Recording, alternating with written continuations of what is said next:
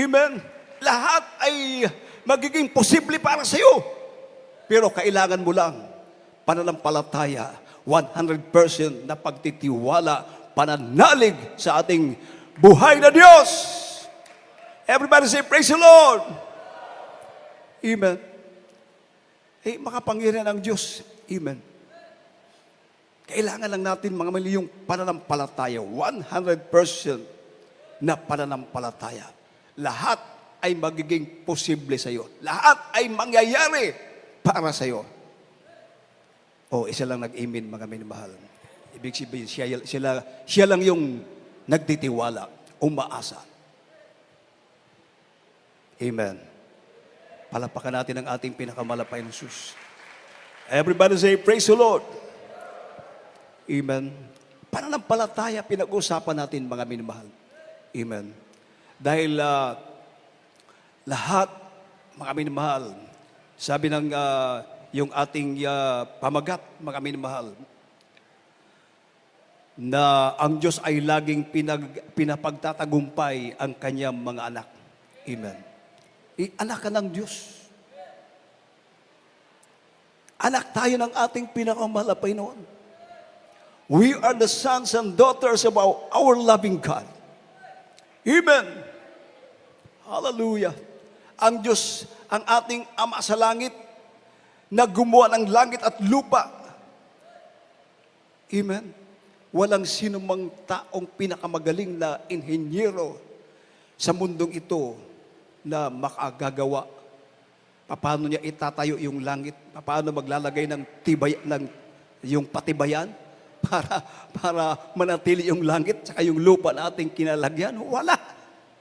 Amen. Hallelujah. Pero ang nag-iisang Diyos, nag-isa lang siya. Nag-iisang Diyos na gumawa ng langit at lupa, ang mundong ito na ating kinalalagyan. At sa napakaraming taon na ang lumipas, patuloy hanggang sa mga oras na ito, nananatili sa kanyang kinalalagyan. Dahil sa kapangyarihan na meron ang Diyos na ating sinasamba sa Espiritu at katotohanan. Palapakan natin ang ating babay na Diyos. Everybody say, praise the Lord. Amen. Ang lahat ng mga bagay ay mangyayari sa Kanya na nananampalataya. Amen. Lahat ng bagay, lahat ay mangyayari sa iyo. Lahat ay posible para sa iyo. Amen. At yan ang gusto ng malapay noon. Amen. Dahil ikaw ay nagtitiwala sa Kanya, hindi mo ina-underestimate ang kapangyarihan na meron ang Diyos. Wala kang pag-alinlangan. Gusto na malapay noon na buong-buo yung pananampalataya mo. Everybody say, praise the Lord.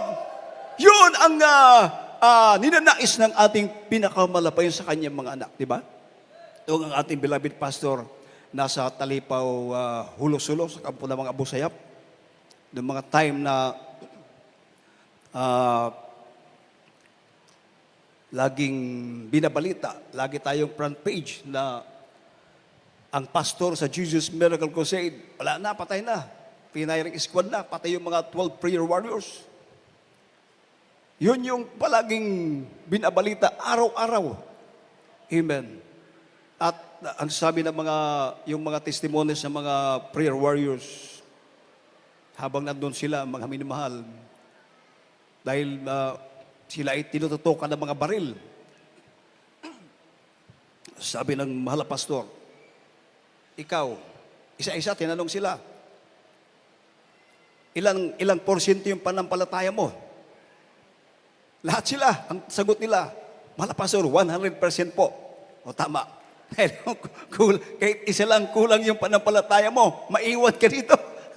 Maiwan doon sa bundok ng Talipaw, Hulo-Sulo. Kaya kailangan 100%. Amen.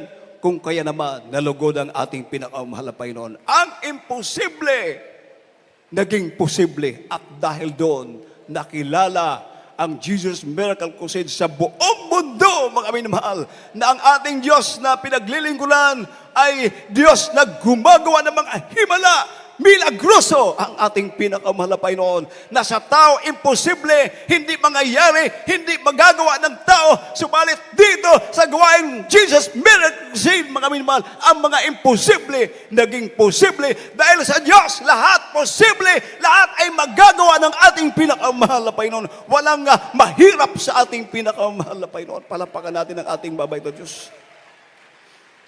Everybody shout, praise the Lord. Hallelujah. Kaya naman, mga minamahal, ang gawain ng Jesus Miracle Crusade ay lalong lumaganap. Para tayong nagkrusada sa buong mundo eh. Di ba? Yung ginawa ng ating beloved pastor doon sa kampo ng Talipaw, Hulo-Sulo. Amen. Yung siya ay pumunta doon, yung kanyang Talipaw Peace Mission. Amen. Para tayong nagkrusada sa buong mundo. Krusada na yung sa buong mundo dahil buong mundo, mga minamahal, nakikita nila, nababasa nila, nababalitaan nila, mga minamahal, kung, hallelujah, paano ang Diyos kumikilos sa gawain ito ng GMCIM. The Jesus Miracle Crusade International Ministry. Amen. Tingnan niyo mga minamahal, napakarami na nating kapatiran. Palapakan natin ang ating pinakamalapay ng Sus. Sa una, 1983, nung ako ay na-save, doon pa tayo sa Old Sabarti. Hindi yung gawain ngayon, mga minamahal, doon sa Rolling Hills, sa Old Sabarti. Naabutan ko mga minamahal, na ako ay ma-save. Yung bilang dito, mga minamahal, itong dito, mas marami pa ito. Sa bilang ng ating kapatiran. Wala pa tayo noon wala pa Cebu, wala pang Visayas, wala pang Mindanao, lalo na sa abroad, wala pa. Ang mga Bible study natin noong araw sa Metro Manila lang, barangay. Yun ang ginagawa natin. Amen. Ngayon, hallelujah, pagkarami na nating kapatiran. Palapakan natin ang ating mabait na Diyos. Halos buong mundo na. Amen. Everybody say, praise the Lord. Kaya nga, biblical sabi ng banal na kasulatan, maraming aanihin, ngunit kukunti ang mga ani. Kaya minsan, bago kami pumunta rito, magpipreach pa kami sa abroad. Amen. At pagkatapos dito, ganun din, mamayang gabi, magpipreach pa kami. Nakadestino kami kung saan-saang bansa through Zoom. Amen. Dahil napakarami nating gawain. Amen. Palapakan natin ang ating pinakamalapay. Yun yung sabi ng banal na kasulatan. Tatapwat, salamat sa Diyos na laging pinapagtatagumpay tayo kay Kristo. At sa pamamagitan natin, ay ipinahahayag ang samyo ng pagkakilala sa Kanya sa bawat dako. Amen. Yung ating mga testimonies, yung ating mga patutuo, yung mga himala na nangyayari sa atin. Amen. Hallelujah. Narinig yan. Lalo na ngayon na mayroon ng internet. Amen. Dito, kitang-kita tayo sa buong mundo. Yung mga nag-testify kanina. Amen. Inyong nawong, dire. Amen. Pag makita mo sa ato mga kapatira, kaigsuuno sa laing nasyo, di ba ikaw kutukuan? Ikaw man nag-testify. Oh. Amen. Kitang-kita tayo, mga minamahal sa buong mundo. Ating mga Jesus Finest Generation Choir, ating mga beloved Youth Choir, Children's Choir, amen, yung ating mga maliliit na bata. Amen. Hallelujah. Pinag-uusapan tayo sa buong mundo. Palapakan natin ang ating babay na Diyos. Dahil kahit saan mga minamahal kumikilos ang ating pinakaumalapain. Gumagawa ng himala ang ating babay na Diyos. Nagpapakita ng mga imposibleng bagay sa tao, imposible, ngunit sa Diyos, nagiging posible. Kaya nga magtataka ka, kahit, di ba tayo, mga minamahal, hindi ka makapaniwala. Uy, bakit nangyari yun? Katulad nung doon ako nag-preach Liluan, siguro na napakinggan nyo na ito mga minamahal, na yung kapatiran natin, kasi araw-araw, merong tayong mga hamon sa ating buhay. May mga unexpected na mga pangyayari na hindi natin inaasahan. Amen mo ba ang mga minamahal? Ngayon, bukas, hindi natin alam kung anong mga hamon na ating ma-encounter. Amen. Walang nakakaalam. Yun po ang realidad, mga minamahal. Kaya, nung linggo yun, mga minamahal, doon ako nag-preach sa Liloan. Yung kapatiran natin, papunta ng gawain, siyempre, nasa right sila. Tapos paliko, papunta doon sa gawain, nasa litman yung gawain natin sa Liloan. Yung multicab, nag-overtake. Siyempre, pag overtake, mabilis ang takbo nun. Pag overtake, mga kaigsoon ko, sapul yung motor na sinasakyan ng ating kapatiran. Bali, 3 sila. Yung beloved brother, beloved sister, at kasama yung kanilang anak, beloved daughter nila na siguro mga 1 o 2-year-old pala yung anak nila, mga mangyari na yon. At narinig ko yung hallelujah ng mga kapatiran, yung hallelujah parang iba yung pakiramdam mo. Sabay, kasi siyempre kitang-kita yung baba ng, di ba, yung sa second floor tayo. Siyempre kitang-kita yung highway. Yung mga dumadaan doon. Sus, pag sigaw ng mga kapatid yung hallelujah para maibig sabihin. Sabi ko, ano kaya ibig sabihin nun? Mamaya-maya, yung anak ko, sabi niya, kinalabit ako, pa, ilihans mo yung kapatiran kasi patay. Ano? Grabing pertingkol baan ako morag. Sabi ko, malapay noon, huwag mong pahintulutan na mamatay ang kapatiran dahil kitang-kita ng mga kapatiran.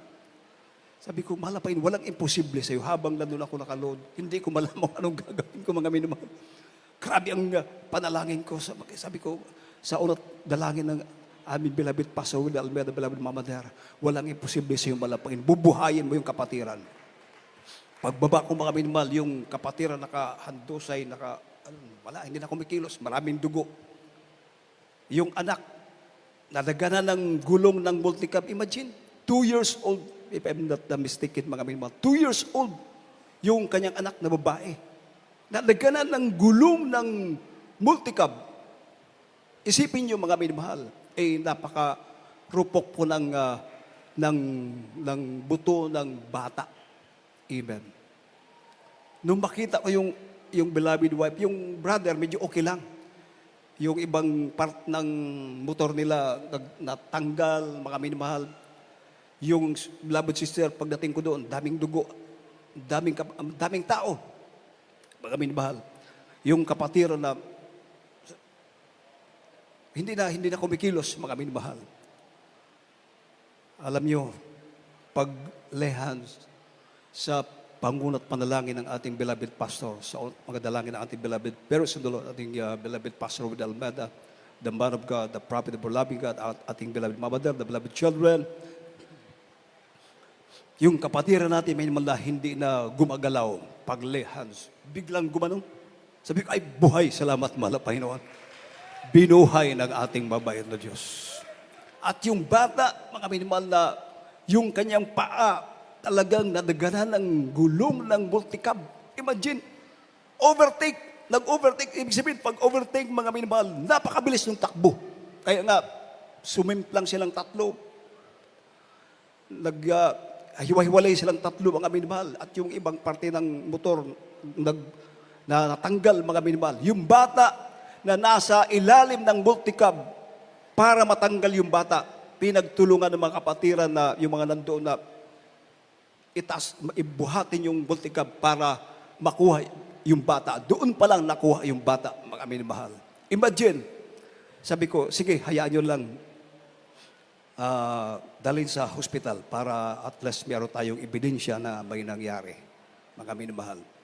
At pagdating sa hospital, nung tiningnan ng doktor, pinauwi sila agad. Bakit? Walang fracture. Hallelujah. Everybody say, praise the Lord. At yung driver ng multicab, unbeliever man yun, mga minimahal, hindi ko malaman kung anong nasa isipan niya, mga minimahal, sa takot ba o sa tuwa, nagpabautismo. sa tubig sa pangalan ni Jesus na kumberte. Dahil siguro siya mismo hindi makapaniwala na yung motor na kanyang nabangga, kanyang binundol, mga minamahal, ang akala niya hindi na makarecover. Amen. Pero pinatunayan, minsan ang pagpinatunayan ng ating pinakamalapay noon, na ang Diyos na ating pinaglilingkuran ay buhay. Ang Diyos na makapangyarihan sa lahat, ang Diyos na gumagawa ng mga imposible sa Kanya ay nagiging posible. Yun. Kaya kahit tayo magtataka tayo, imposible yun Bakit nangyari yun? Amen. Hindi sa atin yan, kundi dahil sa ating bahal na Panginoon at sa prayer ng man of God.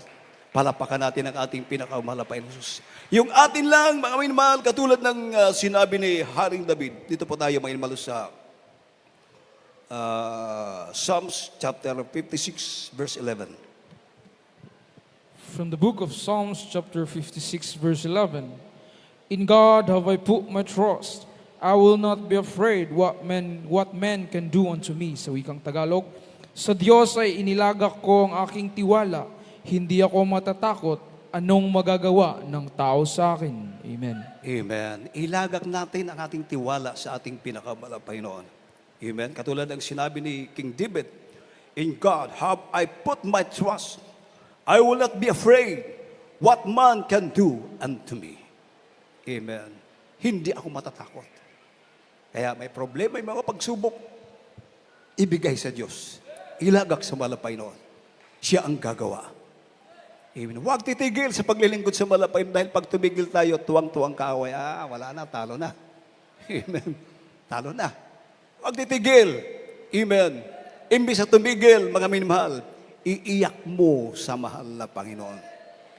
Ihilak mo sa atong buhi nga Diyos. Ang Diyos ang kikilos para sa iyo. Amen. Psalms chapter 56, verse 9. From the book of Psalms chapter 56 verse 9. When I cry unto thee, then shall mine enemies turn back. This I know, for God is for me. Sa wikang Tagalog, tatalikod ng aking mga kaaway, sa kaarawan ako'y tumawag. Ito'y nalalaman ko sapagkat ang Diyos ay kakampi ko. Amen. Oh, hallelujah. Palakpakan ba natin ang ating pinakamahal na Panginoon? Malakas na palakpak. Palakpak ng mga ligtas na mga Kristiyano. Palakpak ng tunay na mga anak ng Diyos. Clap your hands, all ye people, and shout unto God with the voice of triumph. Say, praise the Lord. Shout, hallelujah. Hallelujah. Sabi ni Haring David, sa panahon na ako ay umiiyak, tumatalikod ang aking mga kaaway dahil nalalaman ko na ang Diyos ay kasama ko. Oh, hallelujah. Palapakan natin ang ating pinakamahal na Panginoon. Amen. Pag may problema, may mga pagsubok, iiyak sa mahal na Panginoon. Hallelujah. Maning kamot, mudot-dot sa pagpangalagad sa atong Ginoo. Ayaw mo atras, ayaw mo sibog. Amen. Hindi malulugod ang mahal na Panginoon sa mga umaatras, umihiwalay sa mahal na Panginoon. Amen. Hallelujah. Kung tayo ay magpapatuloy, ang Diyos ay malulugod. Tatakas yung mga kaaway. Ano yung mga kaaway natin? Ano yung mga kaaway natin, mga minamahal? Hindi tao. Kaaway natin yung mga problema, karamdaman, kahirapan. Mga pagsubok, yun ang kaaway ng tunay na mga anak ng Diyos. Mga problema, amen. Pag iiyak mo yan sa mahal na Panginoon, amen, tatakas yan, mo kalagiw. Kita mo yung kapatiran natin, mga inimal, kung inyong napakinggan yung patotoo niya, na dati siyang nasa ibang grupo ng panampalataya, pastor pa. Pero yung kanyang ulcer, sakit na ulcer, hindi gumaling. Nung makonverte siya dito sa GMCM, mga minimahal, paglipas na mga ilang linggo, buwan, pumunta rito, fasting. Kung hindi ko nagkamali, mga 21 days ang kanyang naabot na fasting. Palapakan natin ang ating pinakamalapay. Kapurihan sa ating pinakamalapay noon. Di ba, pag may ulcer, sabi ng doktor, huwag kang magpagutom. Pero sa malapay baliktad Hindi lang isang kainan. 21 days, walang kain-kain. Hallelujah. Anong resulta? Pagkatapos ng kanyang fasting, ang kanyang sakit na ulcer, imbes na lumala, nawala tuloy. Oh, hallelujah. Kaya lalong nakumbinsi siya, mga inyo, dahil siya ay galing sa ibang fellowship. Pastor pa talaga. Pero yung kanyang karamdaman na ulcer, hindi gumaling. Dito, baliktad. Amen. Sabi ng doktor, pag may ulcer ka, huwag kang magpagutom. Pero dito, nag-fasting ng 21 o 23 days. Pagkatapos sa kanyang fasting, nagtaka siya, yung kanyang ulcer, nawala. Hanggang ngayon, pinagaling ng ating mabait na Diyos. Amen. Kaya, ibigay natin sa Diyos. Ilagak natin ang lahat sa malapay noon. Pag may mga problema, trials, amen, sa atin bilang tao, hindi natin kaya. Pero kayang-kaya lutasin, kayang-kayang pagalingin ng ating pinakamamahal na Panginoong Isus. Everybody shout, praise the Lord. Napakabilis ng oras natin, mga minamahal. Amen. Napakabilis ng oras. Kaya last verse na po natin, minamahal. 1 John chapter 4, verse 4. First Epistle of John, chapter 4, verse 4. Ye are of God, little children, and have overcome them, because greater is He that is in you than he that is in the world. Sa wikang Tagalog, kayo'y sa Diyos, mumuntikong mga anak, at inyong dinaig sila, sapagkat lalong dakila siyang nasa inyo, kaysa sa nasa sanglibutan. Amen. Lahat ng mga anak ng Diyos na pinagpala, magsabi ng praise the Lord. Say hallelujah. Oh, mga anak tayo ng Diyos. Amen. Kaya, ang sabi, kayo'y sa Diyos. O, tingnan nyo ba yun? Kayo'y sa Diyos. Ibig sabihin, pag-aari tayo ng malapay noon. Amen. Amen. Kasama natin ang ating pinakamalapay noon. Ikaw at ako, tayo ay mga anak ng Diyos. Hallelujah! Sino ang natutuwa na ikaw naging anak ng Diyos? O, isa lang nag-amen. Yung iba hindi nag-amen. Amen. Tayong lahat ay anak ng Diyos. Amen. Kaya anong sabi, mga minamahal? Ye are of God, little children, and have overcome them, because greater is He that is in you than he that is in the world. Everybody shout, praise the Lord! Amen! Sabi, inyong dinaig sila. Sila, marami. Amen. Bakit? Sapagkat lalong dakila siyang nasa inyo. Sino yung nasa inyo? Sino yung nasa atin? Ang Diyos na ating sinasamba rito. Oh, palapakan natin ang ating pinakamalapay ng Diyos. Lalong dakila siyang nasa inyo ang ating mabait na Diyos. Ang Diyos na makapangyarihan sa lahat na gumalang langit at lupa. Siya yung nasa atin. Lalong dakila siyang nasa inyo kaysa nasa sanglibutan. Ano yung nasa sanglibutan? Ang kaaway ng Diyos. Na pumunta rito, buwaba para magnakaw, pumuksa. Amen? Pumatay. Ang tao bigyan ng problema. Yung mag-asawa, yung pamilya, paghiwalayin. Para pag may problema ang tao, mag-suicide. Amen? Pagpakamatay. Para pag namatay, tuloy sa impyerno. Kasama niya doon. Amen. Yun ang trabaho ng kaaway. Amen. Pero, hallelujah, ang Diyos na ating pinaglilingkuran, mas dakila, nasa inyo, nasa akin, nasa atin, kasama natin. Oh, hallelujah. Kaya nga makikita mo dito sa ating pananambahan, natatangi ang gawain ito. Bakit? Amen. Sa panahon na tayo po ay nagpupuri na sa Diyos, pag umaawit na ating choir, amen, tayo po ay nasa porsyon na ng pagpupuri sa malapay noon. Kahit gaano katigas ng puso mo, pag pumasok na ang banal na presensya ng ating pinakamalapay noon, ang banal na espiritu ng ating pinakamalapay sa ating puso, mga minamahal, hindi mapigilan, tutuloy yung ating mga luha. Dahil sa kagalakan, hallelujah, hinihipo ka ng Diyos. Ipinapadama ng ating mabay na Diyos ang kanyang dakilang pag-ibig sa iyo. Ang kanyang dakilang pag-ibig sa atin. Kaya dito, palagi nating nararamdaman ang banal na presensya ng ating pinakamalapay noon. Amen. Kaya uuwi tayo, hallelujah, galing sa ating pananambahan, taglay-taglay natin mga minamahal, hallelujah, ang kagalakan, kapayapaan sa positisipan, katapangan sa paglilingkod sa Diyos. Amen.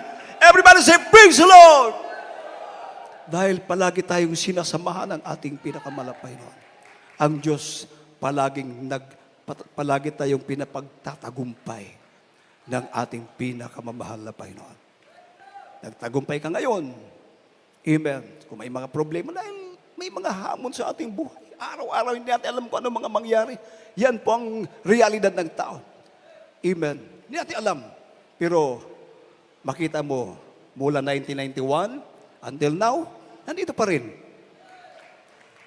Ibig sabihin, ikaw ay patuloy na pinapagtatagumpay ng ating pinakamamahal na Panginoon. Ang Diyos ang kumikilos sa iyong buhay. Palapakan natin ang ating pinakamamahal na Panginoon. Everybody shout, praise the Lord.